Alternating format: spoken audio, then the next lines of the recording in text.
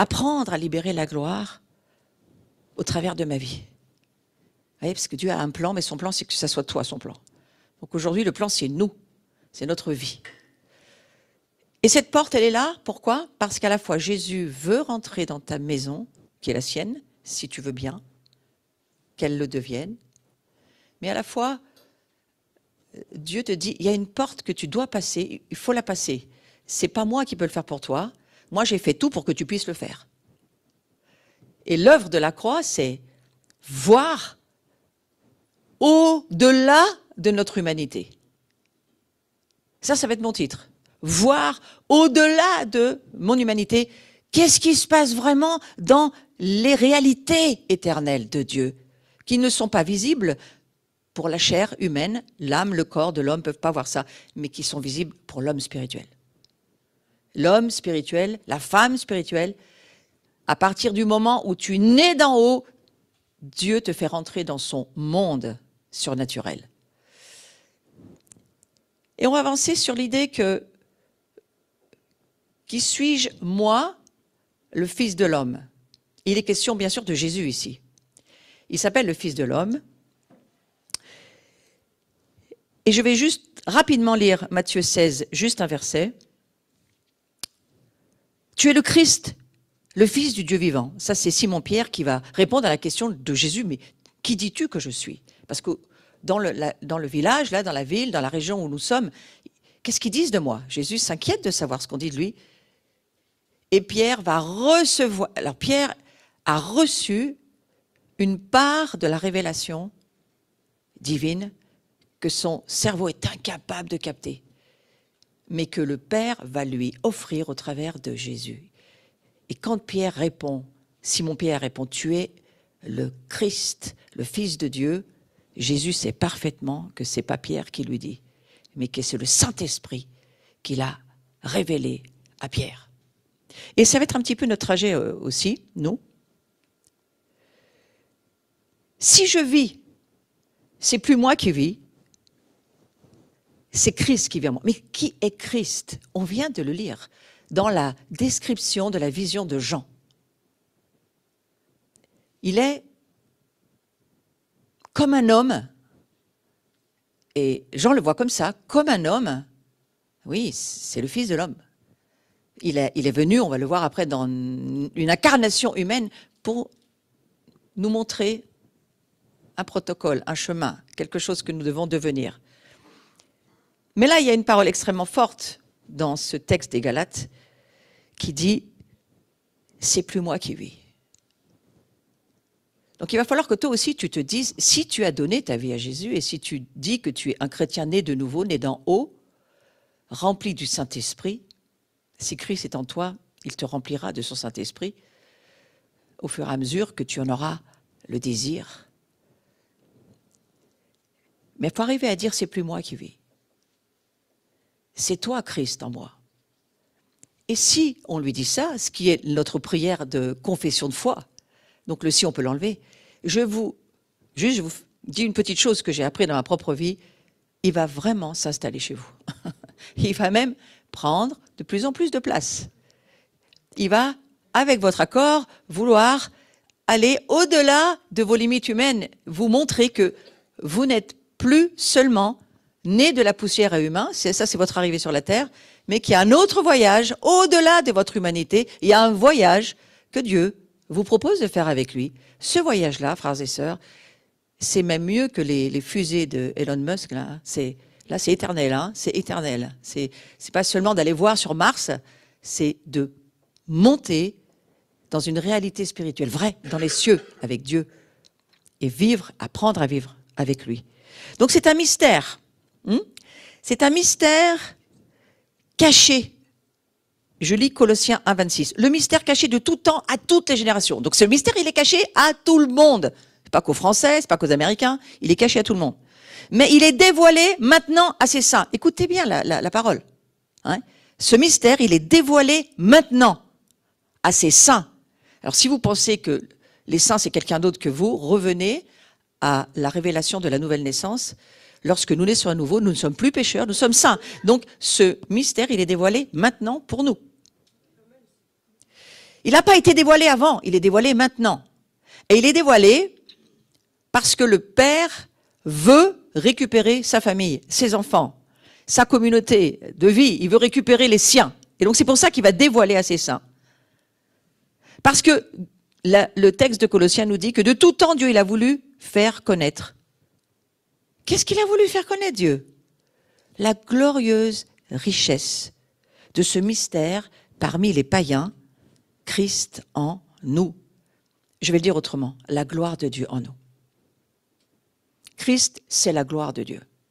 Il est le glorieux, le majestueux. On vient de lire comment le Saint-Esprit essaye de faire écrire à Jean, Jean, c'est plus même le Christ que tu as connu en tant qu'homme, et pourtant tu l'as vu faire des miracles extraordinaires. Tu m'as vu faire mais le Saint-Esprit dit, c'est pas seulement ce Jésus-là, c'est un autre Jésus aujourd'hui, parce qu'il est remonté dans ses gloires. Et qu'il avait laissé ses gloires pour venir sur la terre. Il est venu nous montrer un protocole de vie pour s'incarner, pour être comme nous. Combien de chrétiens essayent d'être comme Jésus? Jésus, il est venu dire, mais non, je viens pour être comme vous, pour vivre, vous montrer le projet de Dieu pour vous. C'est ce que j'ai vécu sur la terre. Moi, je viens vous montrer ce qu'il faut que vous compreniez, que vous êtes. Vous êtes ce que je suis en train de vivre sur la terre. Moi, je remonte dans mes gloires après. Continuez le travail. C'est souvent, on veut faire comme Jésus. Mais non, Jésus, il a fait comme on devrait faire. Il est venu nous dire, vous n'avez pas compris. Il faut que vos yeux s'ouvrent, il faut que vous arriviez à voir autre chose que ce que vous pensez. Mais je suis qui, moi, alors? C'est la grande question. Qui je suis? C'est la question que tout le monde se pose à la base. Même quand tu es né dans une famille sympa, père, mère et tout ça, tu arrives encore à te poser la question, je suis sûr que c'est peut-être pas mon père ou ma mère. Quand on est ado, on se dit tout ça. On se dit, c'est le facteur ou c'est quelqu'un d'autre. C'est pas possible que mon père soit comme ça. Mon père, il devrait être comme je suis, quoi. Vous voyez, c'est des questions qu'on se pose quand on est ado. Hein. Et on remet en question même notre origine. Hein. Mais c'est une vraie question. Et Jésus, c'est ce à quoi ressemble. Jésus est ce à quoi ressemble Dieu. À quoi Dieu, ressemble dans un être humain. Dieu dans un être humain, c'est le projet de Dieu pour nous. C'est son projet pour nous. Dieu, il veut te montrer qu'au travers de Jésus, c'est le projet que Dieu a toujours voulu pour nous. Il a toujours voulu que nous vivions de cette manière-là. Jésus y est arrivé, mais il était Dieu. Non, il a laissé ses gloires dans le ciel. Il a juste été rempli du Saint-Esprit et il est né d'en haut, exactement comme toi, tu es né d'en haut. Il est né d'un Père spirituel, Dieu, quand tu as donné ta vie à Jésus, exactement comme Jésus, tu es né d'en haut. Tu n'as rien de différent. Tu es né dans un corps de femme. Oui, exactement, tu as démarré comme ça. Comme Jésus, pareil. Il s'est conformé à nous, Jésus, pour nous dire, attention, je ne viens pas en divinité, je viens en humanité remplie de Dieu. C'est votre projet à vous de voir que je viens vous montrer ce que vous devriez être. Simplement, rien d'autre.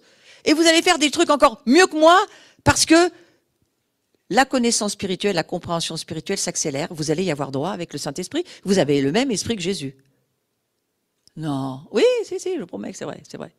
Et l'Ecclésia, elle est constituée d'humains qui sont fils et filles de Dieu. Fils et filles de Dieu, du Dieu glorieux. Si votre père est gloire, les enfants sont gloire. Si votre père est africain, vous êtes africain. Si votre père est français, vous êtes français. Ça, c'est un petit peu Dieu qui pousse le truc pour vous faire comprendre un truc tout simple. Si vous venez d'une lignée dans votre chair naturelle, vous êtes ce que votre père est. Si vous naissez d'en haut, vous êtes ce que votre père est.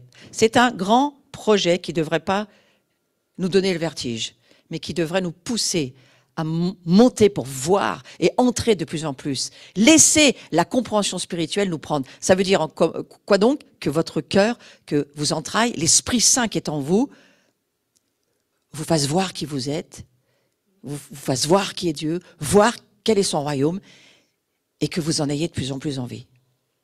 Parce que sincèrement, c'est quand même là qu'on va tous passer l'éternité. C'est très long, Il faut commencer à s'habituer.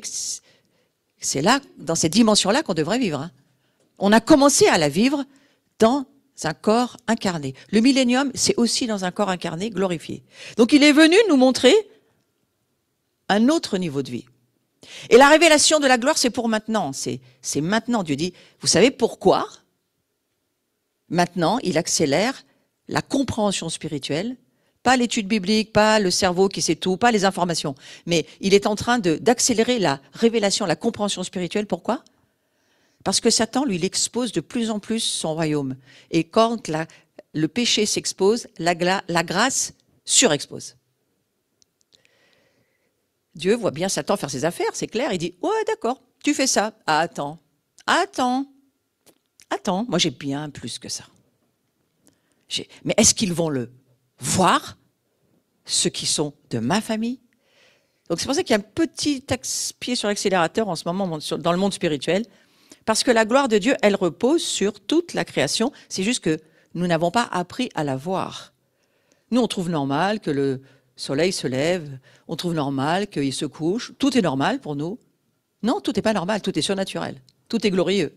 On trouve normal qu'on plante une semence, elle pousse, elle donne 50, 100, 200 multipliés. Vous trouvez ça normal? Non, c'est pas normal, c'est juste Dieu qui a fait ça.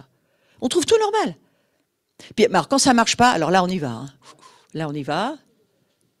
Sauf que c'est l'homme qui dérègle tout, mais c'est pas grave. Mais puis alors Dieu, qu'est-ce qu'il faut, quoi? Mais oui, mais ça fait 2000 ans que tu détruis tout. Enfin, c'est un raccourci du problème de l'écologie. Quand vous regardez Jésus, vous regardez, écoutez bien, c'est très important. Hein. Quand vous regardez Jésus, vous regardez l'opinion que Dieu a de nous. Il dit, Jésus, c'est pour que toi, tu comprennes, c'est ce que j'ai prévu pour toi. Alors viens pas me dire qu'il est Dieu et que tu ne peux pas y arriver. Mais non, c'est mon projet pour ta vie, accepte ça. C'est mon projet. C'est juste que, comme vous n'y êtes pas arrivé, je vous aide, je vous amène un prototype. Et vous allez être ça, si vous me croyez. Hein. Alors, voilà ce que nous dit ce passage, qui est intéressant. Qu'est-ce que l'homme pour que tu te souviennes de lui? En fait, c'est comme quelqu'un qui a de la révélation, là. Le Fils de l'homme, pour que tu prennes garde à lui. Tu l'as fait de peu inférieur à Dieu. Tu l'as couronné de gloire et de splendeur. Tu lui as donné la domination sur les œuvres de tes mains. Et tu as tout mis sous ses pieds. Vous pensez qu'il parle de qui, là? Pardon? Mais oui. Ah, mais non, mais ça, c'est pour Jésus. Mais non, c'est pour nous. C'est pour nous. Je crois qu'il y a ici, là, quelque chose à comprendre dans ce psaume. Et Dieu essaye de nous dire, est-ce que tu comprends mon projet pour toi? Est-ce que tu comprends là où je voudrais que tu ailles? C'est pas cette vie sur la terre qui importe, parce que regarde depuis que l'humain existe, il est fait poussière, il s'en va. Si tu penses depuis ton âme, tu vas tomber dans la dépression, tu vas même vouloir abréger ta vie tellement c'est horrible. Aujourd'hui, on en entend beaucoup parler sur les réseaux. Il y a beaucoup de gens qui pensent faire une percée super intéressante en disant on va en Suisse se faire abréger notre vie sans douleur, on en a marre, on veut plus vivre. À quel âge que ce soit. J'ai vu je sais pas combien d'annonces là sur Facebook, des gens qui veulent l'euthanasie volontaire. Hein. Laissez-moi mourir s'il vous plaît, ça vaut pas le coup. Moi je voulais que je vous dise, moi je les comprends à 100%. Je ne trouverais pas intéressant cette vie, sachant qu'on va mourir et en baver toute la vie pour rien. Servir d'engrais aux fraises ou aux arbres, mais ça n'a pas de sens. Donc il est clair que ces gens-là ne sont pas cinglés. C'est juste qu'ils ont un raisonnement de leur humanité limitée à ce que l'homme est devenu à cause du péché. Mais Jésus dit stop, ça s'arrête. C'est pas là l'affaire. Moi, je viens donner ma vie, offrir un modèle de vie pour vous dire, tout mon projet ne repose pas sur la chair ni sur l'âme de l'homme, mais sur l'esprit de l'homme, connecté à mon esprit, parce que je suis le fabricant, c'est moi qui sais comment ça fonctionne. Et je peux juste vous aider, mais je vais même vous dire, je n'ai pas décidé de faire le boulot sur la terre, c'est vous qui allez le faire. Donc il va falloir que vous compreniez, je ne le ferai pas. Est-ce que vous pensez que Dieu boude? Non, il est patient. Il faut faire la différence. Il n'est pas en train de bouder. Il y a des gens qui pensent que Dieu boude, il est dans un coin, il en a marre, il n'aime plus l'humanité, c'est fini. Non, il est juste patient avec nous. Est-ce que l'Église va comprendre? Elle n'a aucune excuse pour ne pas voir mon royaume et entrer dedans. Aucune excuse. Parce que c'est ouvert, les cieux sont ouverts. On peut y monter, y descendre. Mais c'est un choix intérieur, un choix de vie. Je crois que beaucoup de personnes détestent les changements, même dans l'Église. Et quand il faut changer, même de place dans l'Église, c'est déjà une montagne. Mais il va falloir apprendre, frères et sœurs, que sans transformation, il n'y a aucune gloire dans une vie. Sans transformation, il n'y a aucune gloire. Regardez toute l'histoire du peuple hébreu. Ils n'ont pas pu se sédentariser quelque part sur la terre. Il fallait aller où Dieu voulait qu'ils aillent faire sa volonté. Par contre, qui s'est sédentarisé? La gloire dans l'homme a toujours, quand on accepte le Seigneur. La gloire s'est sédentarisée dans des êtres humains, pas dans les circonstances ou le matériel où on voudrait que Dieu reste dans nos temples. Dieu dit non. Je transite, moi. Je suis de passage sur cette terre. Cette terre ne va pas tenir autant que le monde le croit. Elle a un temps donné parce que des nouveaux cieux, une nouvelle terre sont prévus comme un nouveau corps. Et vous dites avec moi, Amen. Ouais. Si vous avez plus de 40 ans, vous avez commencé à mieux le comprendre. Amen. Ouais. Donc voilà. Hein. Alors, nous sommes appelés à la gloire. Et cette gloire, si vous ne la comprenez pas, vous ne traverserez pas votre temps sur la terre correctement. Vous pouvez vivre comme des religieux, un beau vernis, tout va bien alors que tout va mal, c'est parfait, mais plus ça va, la religion, ça vous amène vraiment devant un mur où il y a une désolation intérieure derrière les esprits religieux. Hein, quand je parle de la religion, c'est les esprits religieux qui prennent une vie et qui deviennent une telle hypocrisie en nous, de nous faire croire, ça c'est le plan diabolique, que on va à l'église, on est chrétien, on est sauvé du moment que on donne un pourboire à Dieu et que on est là, de temps en temps. La chair, elle fait ses petites affaires et elle va au mérite. Mais Dieu dit non, dans mon royaume, ça ne marche pas comme ça. La chair ne peut pas aller au Christ dans une relation, c'est impossible. La chair, elle ne comprend rien des choses de l'esprit. L'âme d'un homme ne comprend rien des choses de Dieu. Il faut être régénéré dans notre esprit par le Saint-Esprit pour voir et pour que notre foi comprenne ce que Dieu fait. Parce que ton cerveau, il ne comprend rien. C'est clair que Nicodème nous l'a assez fait comprendre cela. Donc on va avancer sur le fait que quel genre de gloire avait Jésus sur la terre? Quel genre de gloire il avait? Eh bien, Philippiens nous dit ceci. Donc on va aller sur la suivante. Ça va être la réponse. Ayez en vous-même la même attitude qui était en Jésus-Christ. Ça veut dire, regardez Jésus comme votre exemple dans une humilité désintéressée. Vous pensez que Dieu serait assez stupide pour mettre sa sainteté et sa gloire dans un contenant, un vase qui va récupérer les affaires? Ça fait 2000 ans qu'ils testent l'Église et qu'ils regardent où elle va et qu'est-ce qu'elle en fait de sa gloire. Certains ont fait du commerce, d'autres ont fait une réputation, d'autres ont fait des affiches, d'autres ont fait des places. On en est arrivé à créer des pyramides dans les églises où chacun voulait sa part de gloire. Et Dieu dit non, ma gloire c'est pour les morts. Là, il y a moins de monde.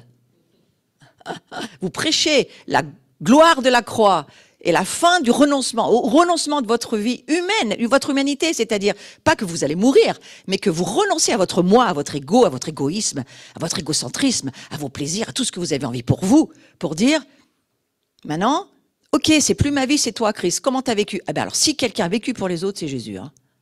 Moi, je regarde toute sa vie et je me dis, il n'a pas fait de grandes églises, il n'a pas fait des grands ministères. Il ne s'est jamais fait appeler apôtre de Jésus ou prophète Jésus. Je n'ai pas lu, je ne vois pas. Nulle part. Il s'est juste fait appeler ami, frère. Regardez The Chosen. J'insiste. 2e série en français. Des gens ont des vies transformées. Je vous dis transformées. Parce que j'ai beaucoup aimé hier ce que nous a dit ce pasteur hier dans la UMG. On n'est pas changé parce qu'on lit. ni ce qu'on écrit. Comme ça, tous les intellos, là, ils sont déjà mis un peu plus de côté, que ça fait un peu du bien. On est changé par ce qu'on entend. N'importe qui peut entendre. Et c'est pour ça que Jésus guérit les sourds. J'ai compris un truc. Pourquoi il guérit les sourds? Plus que toute autre chose. Parce qu'on est changé en l'entendant. Ah, il guérit les sourds. Et puis, pourquoi tu dis d'abord et les autres, alors, ils n'ont pas le droit? Ouais, mais tout se change au travers des oreilles, ce que nous entendons. Parce que ce que nous entendons produit la foi, et la foi, c'est la porte pour la gloire. C'est la porte pour le royaume, la banque céleste. Tout ce qui s'y trouve, toutes les ressources, c'est là. Alors, vous pensez bien que Satan, il va rendre sourd tout le monde. Et la manière de rendre sourd, c'est la religiosité. L'homme qui sait mieux que Dieu, qui a mis ses règles, ses lois, ses affaires. On continue le verset, parce que c'est intéressant. Ayez en vous-même la même attitude qui était en Jésus-Christ, qui, bien qu'il ait existé dans la forme et l'essence immuable de Dieu, je vais le mettre en français courant, comme un avec lui, possédant la plénitude de tous les attributs divins, toute la nature de la divinité, c'était en Jésus, ne considérait pas l'égalité avec Dieu comme une chose à saisir ou à affirmer. En gros, il ne se prenait pas pour Dieu. Il est Dieu, mais il ne se prend pas pour Dieu. Ah, ça me dit quelque chose, ça. Vous êtes fils de Dieu, mais vous ne prenez pas pour des dieux, s'il vous plaît. Hein? D'accord? Vous m'entendez bien? Tu m'écoutes en replay? C'est juste que, oui, Christ en toi, il va s'assurer de ton humilité. Il va s'assurer que tu as bien crucifié ta chair sur la croix, et ça, pour ça, il faut toute une vie. Il y a une personne qui me dit, c'est quand qu'on est vraiment crucifié? Quand tu es dans la boîte à la fin, ou que tu montes. Avant, tu as le travail de la crucifixion de ta chair. Qui crucifie sa chair? Nous. C'est la repentance, c'est le renoncement. Tu renonces, alors tu as planté un clou sur ta vie. Et c'est toi-même qui te le plante. Jésus ne dit pas, demande aux autres qu'ils te tuent. Non, c'est repens-toi toi-même. Ouais. Donc l'attitude du Christ, c'est quitte les gloires et mets-toi dans un corps d'humilité. Voilà notre exemple pour nous sur cette terre. Oui, la gloire dans l'humilité. La gloire dans la mort.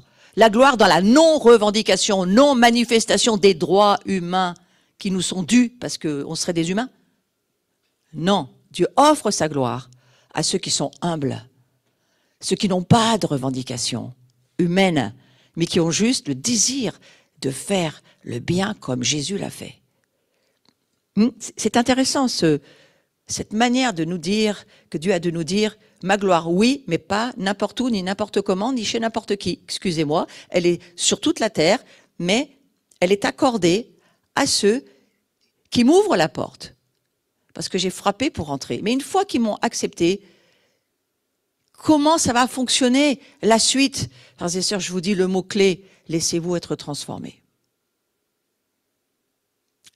La clé, c'est la repentance. On entre par la repentance, c'est-à-dire l'humilité. Oh Seigneur, tu m'offres ça, wow, je ne le mérite pas. Non, tu ne mérites pas, mais tu l'as, mais maintenant fais attention. Et reprends pas pouvoir, ni sur les dons, ni sur ce que je te donne, ni même sur le ministère. Reprends pas pouvoir. Pas d'intérêt personnel dans la gloire de Dieu, il n'y a pas d'intérêt personnel. Et vous savez, si à un moment donné, on fait un bilan sur ce qu'on voit du monde chrétien, eh bien, on est en test, on est en travail, je vais dire autrement, on est en porteur d'un royaume qui doit naître aussi en nous, et toutes ces naissances, nous sommes en train de les vivre. Oui, ça tire parce qu'il faut que tu pardonnes à ta voisine. Mais oui, mais bien sûr, parce que tu es en train de devenir comme Christ. Donc ça tend, ça coûte, c'est difficile. Mais tu n'as pas répondu à mes prières, Seigneur, elles sont légitimes. Oui, mais il n'y a rien de légitime. La seule légitimité, c'est moi. Et moi, je veux le meilleur pour toi. Donc je sais, Dieu sait le meilleur pour nous. Donc laisse le bon, laisse ce que tu penses être bon, et va dans mon meilleur. Il y a tellement de choses qu'on ne veut pas lâcher. Oui, mais c'est bon, c'est Dieu, ça. Pas forcément. C'est Dieu, mais ça te bloque, parce que dans ta pensée, tu penses que Dieu fait les choses comme tu voudrais, mais il ne les fait pas du tout comme tu voudrais. Il les fait comme lui, il sait parfaitement qu'il faut faire. Donc toute l'idée, c'est de faire confiance à Dieu. Je continue le verset. Il s'est vidé, il s'est dépouillé lui-même. Vous allez me dire, oui, il l'a fait, c'est bon. Il l'a fait, tu dois le faire. Te dépouiller de toi-même, ça veut dire quoi? Lui, sans renoncer, ou diminuer sa divinité, je parle de Jésus, mais en abandonnant seulement, temporairement, l'expression extérieure de l'égalité divine et de sa dignité légitime. Donc il n'a pas renoncé au fait qu'il est Dieu, il a laissé sa divinité glorieuse, il l'a laissé pour un temps, il l'a laissé en haut. Comme nous, parfois, il faut qu'on laisse certaines choses aussi. Parfois, on a même raison et il faut qu'on ait tort dans une situation. Et pourtant, on a raison. Et tu dis, laisse ça. J'ai laissé mes gloires, tu peux laisser les tiennes aussi. Parce que je veux aller dans un autre domaine. Et nous apprenons l'obéissance qui s'exprime par la malléabilité, la docilité. Et il en manque un. La malléabilité, la docilité, d'être accommodant, c'est-à-dire de se conformer aux choses que Dieu veut et pas que nous on veut. Et la religiosité, c'est prendre une forme et plus jamais changer. Mais nous, on est comme ça et les autres, s'ils ne sont pas comme nous, eh ben, ils ne peuvent pas vivre comme nous parce qu'ils ne sont pas comme nous. Mais le monde chrétien était comme ça pendant 2000 ans. Ils ne sont pas comme nous, donc on se retire du monde et le monde, il faut qu'il devienne comme nous. Mais pas du tout. Jésus, il a tout fait l'inverse. Il s'est fait conformément à une humanité déchue et pécheresse, ben, il s'est fait comme nous. Et il est même devenu comme nous. Mais il n'a pas quitté le fait d'être Dieu, il a juste laissé son manteau de gloire et il est descendu dans une chair humaine. C'est un grand mystère, mais il l'a fait pour nous. Et nous, sur cette terre, ne pouvons-nous pas, parfois, laisser ce manteau de gloire, qu'on pense être un manteau de gloire, et qui parfois en est un, parfois pas, et parfois il faut laisser même ça, pour dire, descends dans la kénose, c'est-à-dire dans le dépouillement. Laisse-moi te montrer que tout au fond de ton cœur, il y a des choses que tu ne vois pas, que tu ne connais pas, je veux te les montrer, parce que ça, c'est dangereux pour ma gloire. C'est aussi pour ça que dans nos vies, il y a des saisons d'hiver. Il fait froid dehors, l'hiver sera dur. Hein? Parce qu'il y a beaucoup de choses qui doivent mourir en hiver. Pour pouvoir, Dieu ne peut pas faire naître quelque chose qui n'est pas mort.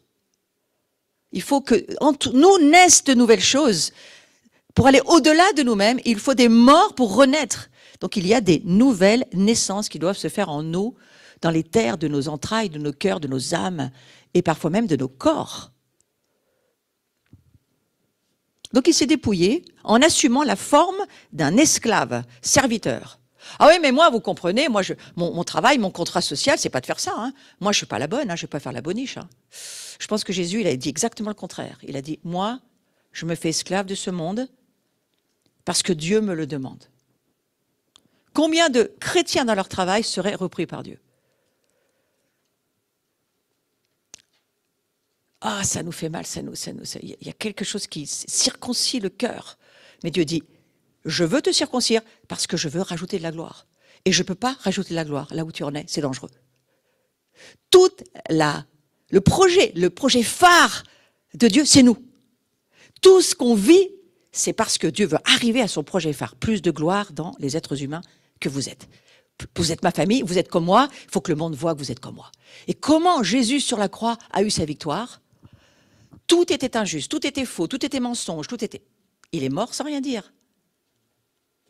3 fois on l'accuse, 3 fois il se tait. Il se tait devant ses accusateurs, il dit rien. Et il se tait, il dit juste, je fais ta volonté, tout le reste, Père, prends-le.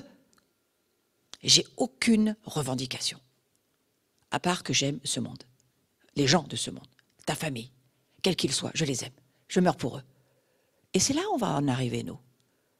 Moi, oui, c'est un projet. C'est un projet.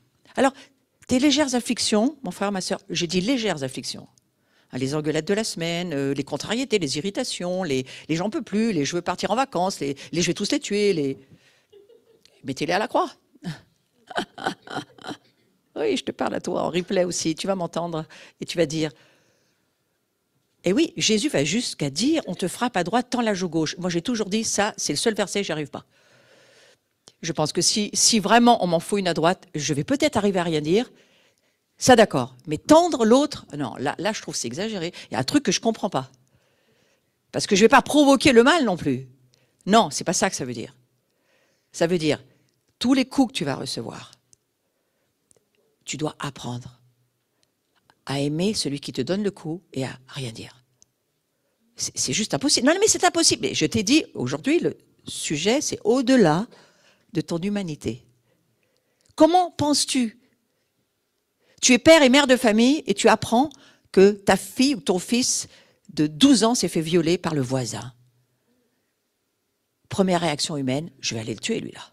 On sera débarrassé. Ça serait la solution la plus simple. Mais si tu es chrétien, tu peux pas. Tu peux juste pas. Dieu dit non. Il dit maintenant, il faut que tu apprennes une chose.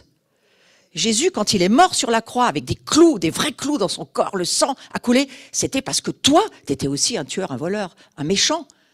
Et il n'a pas dit, bon, écoute, père, détruis-les tous, allez, vas-y, à la Kalachnikov, on détruit tout le monde, et on fait autre chose.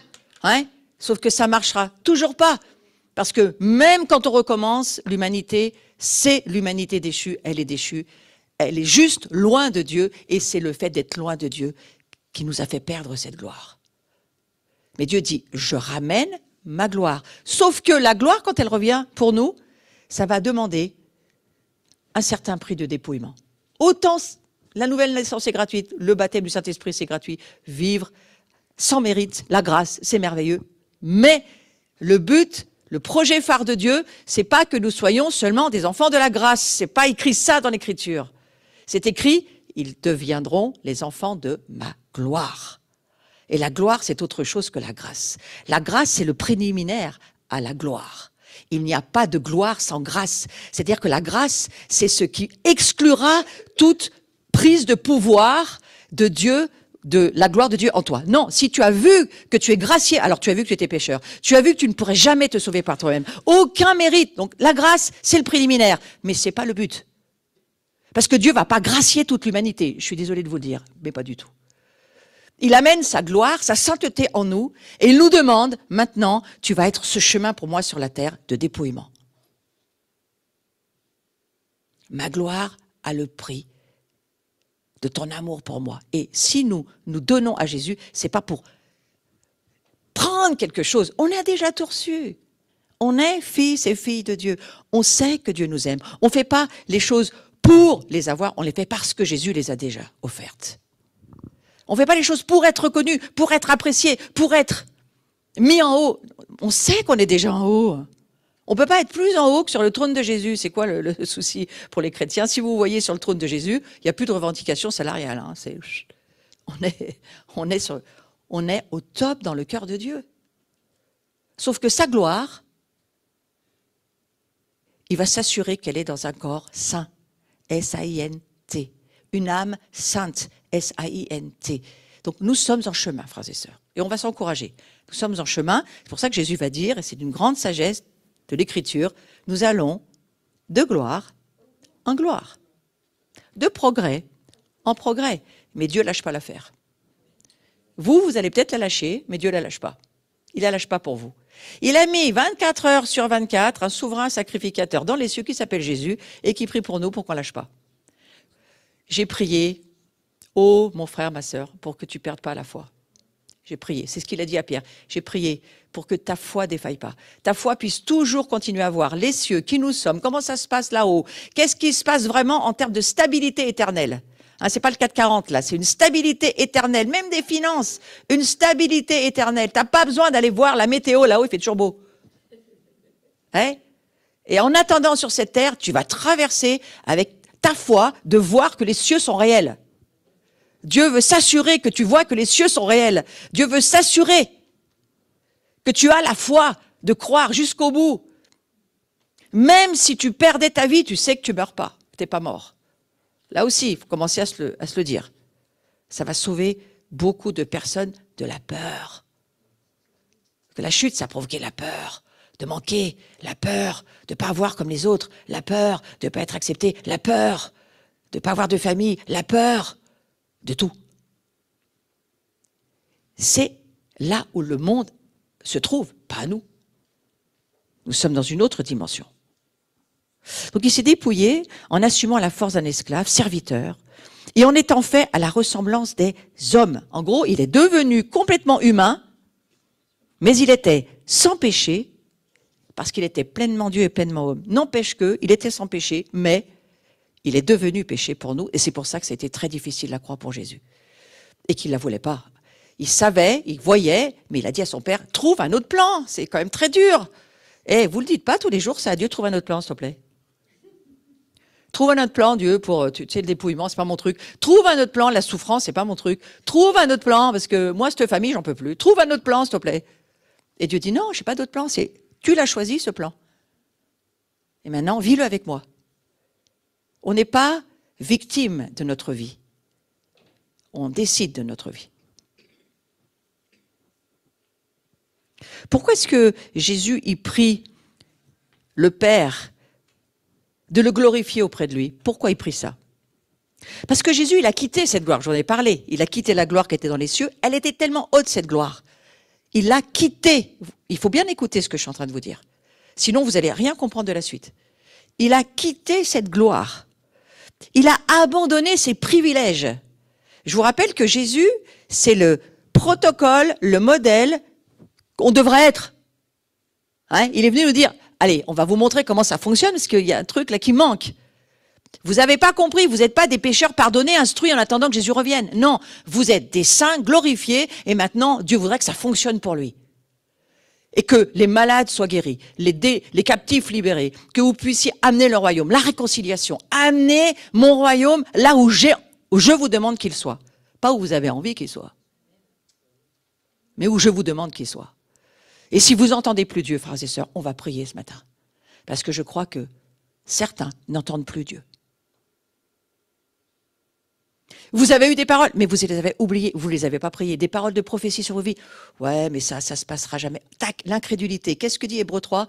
Ton cœur s'est endurci, tu m'entends plus. Jésus prie, n'endurcis pas ton cœur. Mon fils, ma fille, n'endurcis pas ton cœur. J'ai des projets pour toi, mais tu n'y crois juste pas. Il faut devenir croyant. D'un évangile de vérité. Parce que la gloire, c'est aussi la connaissance, la compréhension spirituelle de la vérité. La vérité, c'est Dieu nous aime. Il a un super projet, mais qui n'est pas un projet confortable pour l'humanité. C'est confortable pour la divinité en nous. Ouais. Encore que si vous la laissez en confinement, au bout d'un moment, Dieu s'asphyxie. Il a besoin de sortir. Est-ce qu'on laisse toujours Dieu à l'aise dans nos vies et le laisser faire ce qu'il veut? Certainement pas. C'est pour ça qu'il faut se repentir. Dire, Seigneur, pardonne-moi. On repart. Et Jésus, vous savez quoi? Il repart tout le temps.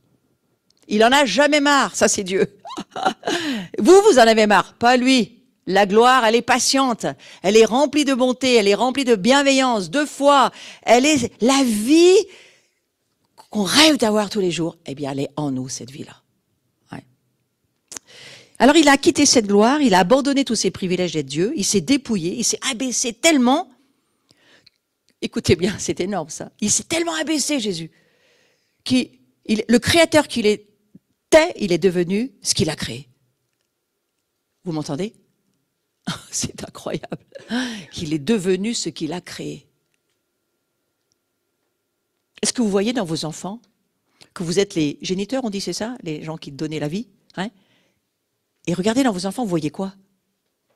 Vous voyez ce que vous avez mis au monde. Et vous vous dites, oh, mais Dieu il est pareil. Il dit, oh, mais alors celui-ci, oh, mais alors t'as vu celle-là, oh, mais t'as vu comme ils sont, mais c'est impressionnant. J'en ai raté aucun. Même celui qui est né sans bras et sans jambes, c'était sa vie, c'est pas ça, c'est notre gloire à l'intérieur. La gloire qu'on a mis, le monde va la voir. Waouh! Alors c'est bien de courir après les rencontres de guérison, délivrance. Moi je suis d'accord, j'en fais des rencontres comme ça, mais c'est pas le but. Parce que là vous guérissez pour mieux mourir de toute façon. Votre corps il va mourir. Hein. Alors mourir en bonne santé c'est mieux, pourquoi pas. Mais vous allez mourir. Préparez-vous à cette idée. Votre chair peut pas vivre. Elle n'est pas immortelle. Dieu l'a prévu pour que vous vous prépariez à croire que la vie au-delà de votre humanité, c'est la vérité, c'est la réalité. Et si tu quittes la vision de la réalité du plan de Dieu pour ta vie, tu ne peux pas traverser. Tu ne peux juste pas traverser. Encore un ou deux, puis on va s'arrêter. La gloire que nous sommes censés vivre, alors j'ai mis censé, excusez-moi, en tant qu'humain, en tant qu'enfant de Dieu, à son image.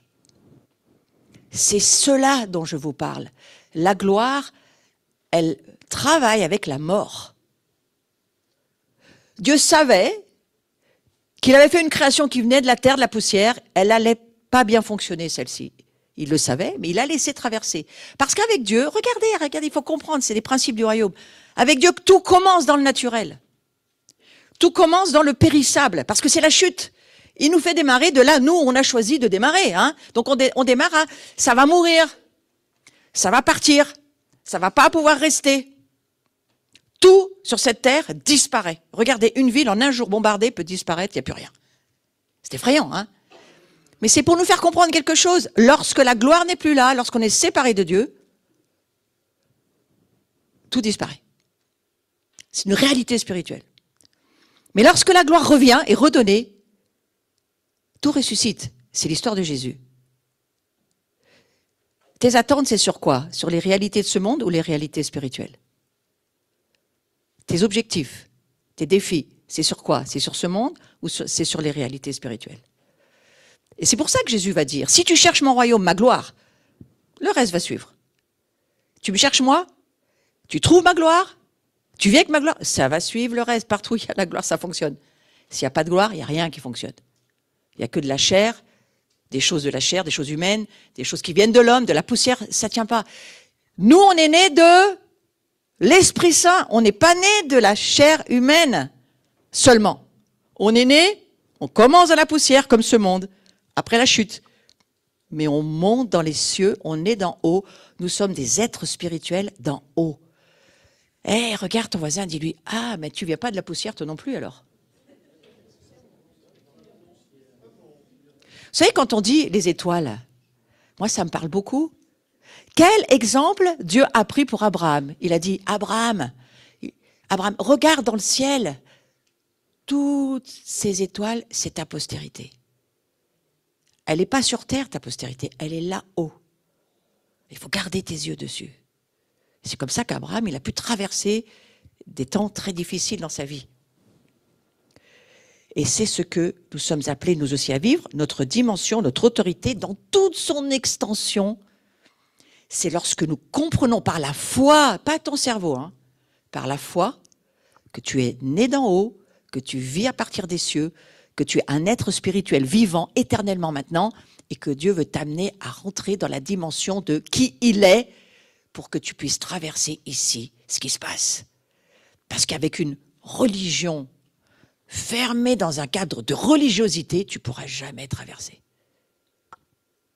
C'est pour ça qu'il y a tant de désespérance et de maladie dans l'Église. Est-ce que nous savons qui nous sommes? Est-ce que nous savons qui nous sommes? Il n'est pas venu sur terre, Jésus, pour nous montrer qui il est. Je vous redis, hein, j'aimerais bien que vous reteniez ça ce matin. Jésus n'est pas venu sur la terre pour nous montrer qui il est, Jésus. Non, je vous redis. Il est venu sur la terre pour nous montrer qui nous sommes. C'est plus nous qui vivons. C'est la dimension de la gloire qui vit en nous. Est-ce que vous imaginez la patience de Dieu depuis 2000 ans dans l'Église? Tout ce qu'on lui a fait, là où on l'a emmené, ce qu'on lui a fait vivre, ce qu'on lui a fait faire, toutes les questions qu'il a entendues, qu'on lui a posées, parce qu'il vit à l'intérieur de nous. Il entend tout, il voit tout. Il voit tout ce que tu fais. Il voit quand tu pleures, il voit quand tu pèches. Il voit quand tu fais pas du tout ce qu'il doit. Il voit quand tu es heureux, il voit quand tu es malheureux. Il voit tout. Il dit, mais est-ce qu'ils pourraient voir ma gloire seulement? Oui, mais tu comprends, dans l'Ancien Testament, là, on nous a dit que, de toute façon, les pensées de Dieu, on peut jamais, elles sont impénétrables, on ne peut pas les rejoindre, et puis que, de toute façon, voilà, non mais c'est Dieu, on ne comprend pas. Alors on accepte comme ça, on ne comprend rien, en fait. Mais pas du tout. On nous a envoyé la foi. La foi, c'est le décodeur, le logiciel super puissant pour pouvoir recevoir les codes et les clés des cieux. Ouais, vous avez, vous, les codes et les clés des cieux? Oui, j'ai donné mes clés du royaume à Pierre, à mes disciples. Et maintenant, les clés, il faut juste les voir et s'en servir. Une clé, par exemple, très fort, j'en ai parlé hier soir, une clé. Tu donnes pour Dieu, Dieu va multiplier ton don. Que ça soit financier, spirituel, n'importe quoi. Hein. Tu donnes un don, tu libères la gloire. Qu'est-ce que tu fais quand tu donnes ton argent? Tu libères la gloire de Dieu. Qu'est-ce que tu fais quand tu donnes un don spirituel? Tu libères la gloire de Dieu. Qu'est-ce que tu fais quand tu nettoies les toilettes pour l'Église? Tu nettoies le trône de la grâce pour Dieu. Tu libères sa gloire. Le service, c'est un partage de la gloire. Ah, ben je vais peut-être aller faire le ménage. Oui, viens, on attend que toi. Oui. L'humain n'a pas compris que son incarnation, c'est juste un porteur de la gloire de Dieu. Et que la gloire de Dieu, pour fonctionner, passe par le... Ah, ce mot, on l'aime pas. Ce service. La gloire, elle passe par le service. Elle ne se fait jamais servir, la gloire. C'est trop dangereux. La gloire, elle passe par le service. Alors, chaque fois que tu ranacles, que tu murmures, que Dieu entend, je pense qu'il met des petites croix dans les cases et il se dit, ben là, au bout d'un moment, il dit, là, on va s'occuper de quelque chose. Là. Notre gloire est en danger. Est-ce pas seulement ta vie que Dieu surveille? Il veille sur sa gloire en toi. Wow. Ah, mais je l'avais pas vu comme ça. Mais oui, mais je te dis qu'on a des nouvelles lunettes dans cette saison. On a des nouvelles lunettes. Et les lunettes, ce sont les lunettes de la révélation. La foi et la révélation vous amènent à... C'est les cours du jeudi que je fais depuis 2 ans. Et je vais résumer en une phrase. La gloire et la révélation t'amènent à la gloire. Il faut la croix pour la foi. Donc la croix, c'est au tout début. La gloire de la croix. Les premiers cours, il y a 3 ans. La gloire de la croix. Maintenant, c'est la foi pour faire quoi? Pour comprendre le monde spirituel. La révélation, parce que sans révélation, c'est comme si tu manges pas. Tu manges pas dans ta vie de tous les jours. Alors tu vas maigrir, mais si tu manges vraiment pas, tu vas mourir. Hein? Et donc, la vie spirituelle, c'est la même chose. Tu manges pas, tu n'as aucune révélation. Tu as la révélation que tu peux te choper comme ça, parce que tu viens une fois par semaine dans un truc chrétien. Ben là, je te dis franchement, ça va pas tenir. Il faut tes révélations personnelles. Peu importe la manière dont elles arrivent dans ta vie. Et là, la gloire arrive. Ah, tu sers dans la gloire? Oh, la gloire, elle arrive. Oh, là, tu vas prier avec tes frères et sœurs? Oh là là, il va y avoir de la réponse à la gloire. Parce que c'est le plan de Dieu.